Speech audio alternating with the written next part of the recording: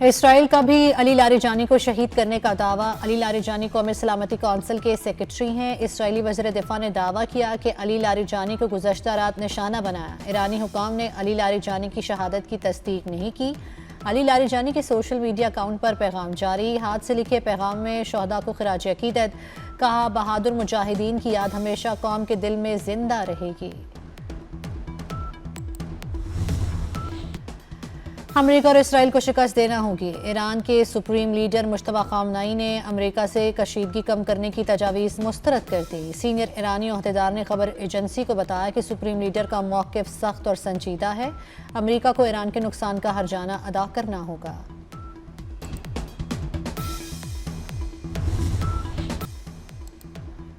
اسرائیل اور امریکہ کے ایران میں حملے جاری، پاسداران انقلاب کی بسیج فورس کے سربراہ کو نشانہ بنانے کا دعویٰ۔ تہران میں اہم عمارتوں کو نشانہ بنایا گیا۔ کرج، شہریار اور شیراز میں بھی فضائی حملے۔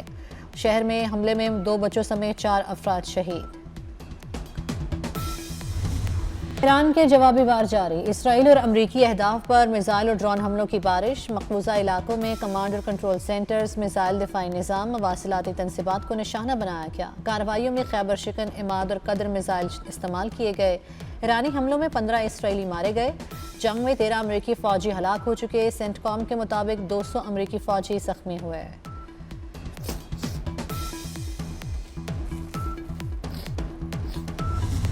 ایران نے خطے میں امریکی تنصیبات کو نشانے پر رکھ لیا۔ قطر، امارات سمیت خلیجی ممالک پر حملے جاری۔ اماراتی ریاست فجیرہ کے انڈسٹریل ایریا میں ڈرون حملہ۔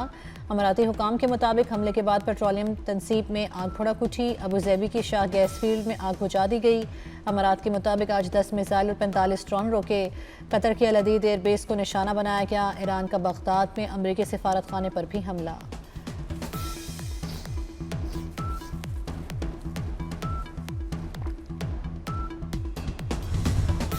ایران جنگ پر ٹرمپ انتظامیہ کو بڑا جھٹکا۔ امریکی director national counter terrorism centre Joe Kent مصطفی جوکین نے ایران جنگ پر عہدہ چھوڑ دیا۔ ایران سے امریکہ کا کوئی خطرہ نہیں تھا۔ امریکہ نے اسرائیلی لابی کے دباؤ میں آ کر جنگ شروع کی۔ امریکی اور اسرائیلی میڈیا نے غلط خبریں پھیلائیں۔ جوکین کا موقف۔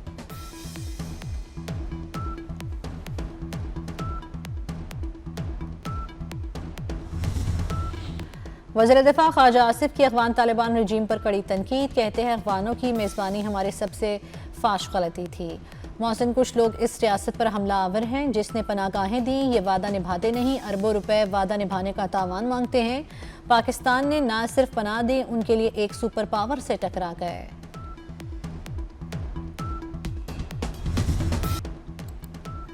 آپریشن غزب الحق کامیابی سے جاری، پاک افواج کے افغانستان میں فضائی حملے۔ کابل ننگرہار میں افغان فوجی تنصیبات کو نشانہ بنایا۔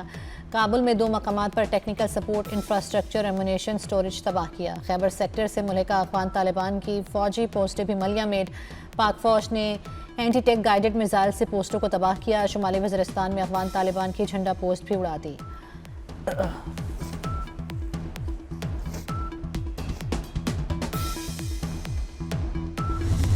کابل میں منشیات بحالی ہسپتال پر حملے کا دعویٰ مسترد۔ وفاقی وزیر اطلاعات عطا تارڑ نے دعویٰ بے بنیاد قرار دے دیا۔ عطا تارڑ نے کہا ہے کہ پاکستان صرف مخصوص اہداف کو نشانہ بنا رہا ہے، ایسے مقامات جو صرف دہشت گردی کے لیے استعمال ہوتے ہیں۔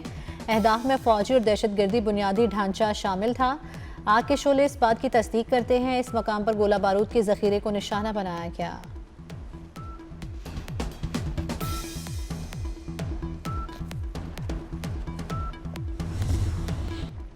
افغان جریدے نے پاکستان کے خلاف افغان طالبان کے پروپیگنڈے کو بے نقاب کر دیا۔ افغان جریدے کے مطابق پاک فوج نے افغان طالبان کے صرف فوجی تنصیبات کو نشانہ بنایا۔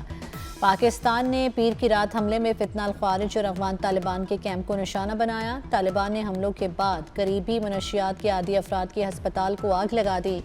پاکستانی طیاروں نے کلینک سے 200 میٹر دور اہداف پر بمباری کی۔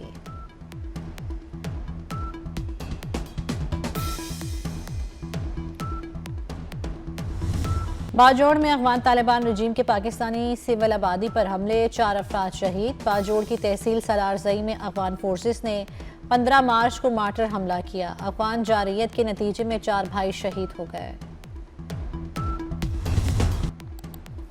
منی لانڈرنگ اور ہنڈی مافیا کے خلاف کریک ڈاؤن کا فیصلہ، ملوث افراد اور اداروں کے خلاف شکنجہ سخت، اسٹیٹ بینک اور FIA کا جوائنٹ ورکنگ گروپ تشکیل دیا جائے گا۔ وزیر داخلہ محسن نقوی اور وزیر خزانہ اورنگزیب کی زیر صدارت اجلاس، منی لانڈرنگ اور ہنڈی کے کاروبار میں ملوث افراد اور اداروں سے کوئی رعایت نہ برتنے پر اتفاق۔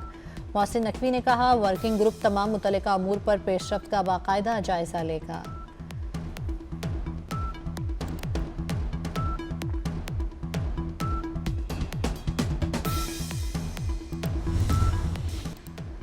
حالات کی بہتری تک تمام ادارے ہنگامی اقدامات کے لیے تیار رہیں، وزیر پیٹرولیم مزید متحرک ہوں، پیٹرولیم درآمدات کی سپلائی بہتر بنائیں۔ وزیر اعظم شہباز شریف کی کفایت شعاری اقدامات پر عمل درآمد سے متعلق اجلاس میں ہدایت۔ وزیر اعظم کو بریفنگ دی گئی کہ ملک میں پیٹرولیم کا مناسب ذخیرہ موجود ہے، تمام حالات کی نگرانی کی جا رہی ہے۔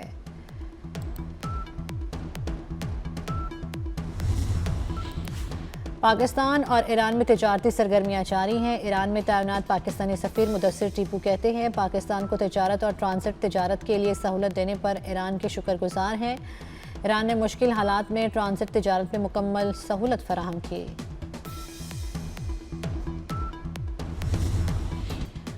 وزیر خارجہ اسحاق ڈار سے ایرانی سفیر رضا امیری مقدم کی ملاقات، مشکل وقت میں پاکستان کی اخلاقی حمایت پر ایران کا اظہار تشکر۔ اسحاق ڈار نے جنگ میں قیمتی انسانی جانوں کے ضیاع پر اظہار افسوس کیا۔ انہوں نے کہا کہ ایران امریکہ تنازع کے جلد پرامن حل کے لیے پرامید ہیں۔ اسحاق ڈار نے خطے میں پائیدار امن کے لیے بات چیت کو ناگزیر قرار دیا۔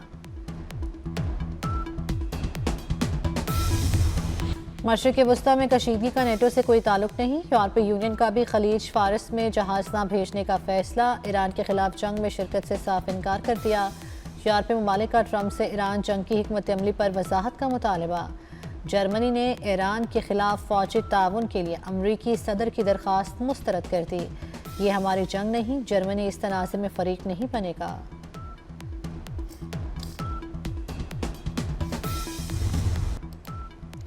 جنگوں کا فیصلہ سوشل میڈیا پر نہیں بیداری جنگ میں ہوتا ہے۔ پاسداران انقلاب کے ترجمان ابراہیم ذوالفقاری کا امریکہ اور اسرائیل کو ویڈیو پیغام، کہا امریکی آپریشن کا نام ایپک فیوری کے بجائے ایپک فیئر ہونا چاہیے، دشمن ہم پر اپنا منصوبہ تھوپنے میں ناکام رہا۔ امریکہ اور ایران کے درمیان رابطے بحال ہو گئے، امریکی میڈیا کا دعویٰ۔ رپورٹ کے مطابق ایرانی وزیر خارجہ عباس عراقچی اور اسٹیو وٹکوف کے درمیان رابطہ ہوا ہے۔ ایران نے امریکہ سے تازہ رابطوں کی تردید کر دی۔ عباس عراقچی کہتے ہیں مشرق وسطی کے لیے امریکہ کے نمائندہ خصوصی سے آخری رابطہ حملے سے پہلے ہوا تھا۔ واضح کیا امریکی حملے نے سفارتکاری کو ختم کر دیا۔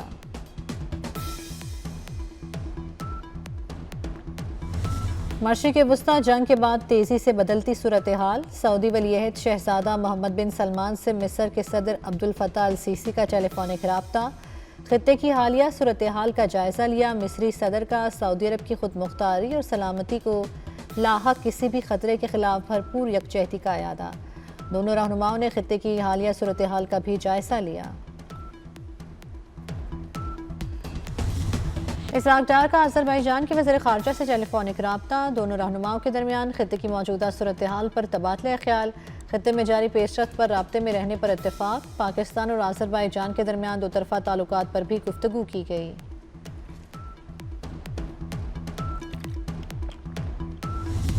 ایران جنگ میں تیزی کے بعد صورتحال خراب، متحدہ عرب امارات کے لیے خصوصی پروازوں کا آغاز پھر معطل۔ لاہور سمیت ملک بھر سے بیرون ممالک جانے والی 101 پروازیں منسوخ، مسافروں کو واپس گھر جانا پڑا۔ 18 روز میں 2000 پروازیں منسوخ ہو چکی۔ ایرانی حکومت کا کم سے کم تنخواہ 166 ملین ریال کرنے کا اعلان، 16 کروڑ ریال پاکستانی تقریباً 34,000 روپے بنتے ہیں۔ بچوں کے الاؤنس میں بھی اسی تناسب سے اضافہ کیا جائے گا۔ کراچی میں 12 الیکٹرک بسوں کے نئے روٹ کا افتتاح، شرجیل انعام میمن نے اپنے خطاب میں کہا پیپلز پارٹی اپنے وعدے پورے کر رہی ہے۔ سندھ پہلا صوبہ ہے جس نے الیکٹرک بسیں شروع کی، خواتین کے لیے پنک بسیں بھی سب سے پہلے پیپلز پارٹی نے متعارف کرائیں۔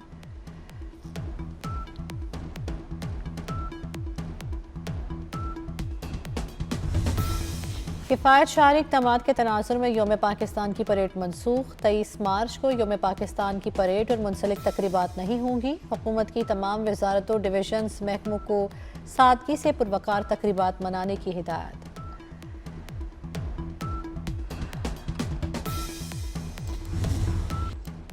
ملک میں بارشیں برسانے والا نیا سسٹم داخل 25 مارچ تک تیز ہواؤں کے ساتھ بارشوں کی پیشگوئی عید کے دنوں کے دوران مختلف شہروں میں بارش کا امکان کراچی میں بھی کل سے تیز بارشیں متوقع سندھ کے مختلف علاقوں میں بارش کے ساتھ ژالہ باری کا بھی امکان پہاڑوں پر برف باری متوقع NDMA نے الرٹ جاری کر دیا پردیسیوں کی عید منانے کے لیے گھروں کو واپسی تمام بس اڈوں پر رش لاہور میں سٹی بس ٹرمینل بند روڈ پر بھی غیر معمولی گہما گہمی ٹیکسی اور رکشے کے کرائے بڑھ گئے 28 اور 29 میں روزے کی ٹکٹوں کی بکنگ مکمل ہو چکی سٹی بس ٹرمینل پر ضلعی انتظامیہ کا شکایت سیل قائم چھوٹی عید کی بڑی تیاریاں بازاروں میں خریداری عروج پر بچے بڑے اور خواتین سبھی خریداری میں مصروف خواتین کو کپڑوں اور جولری کے بعد من پسند جوتوں کی تلاش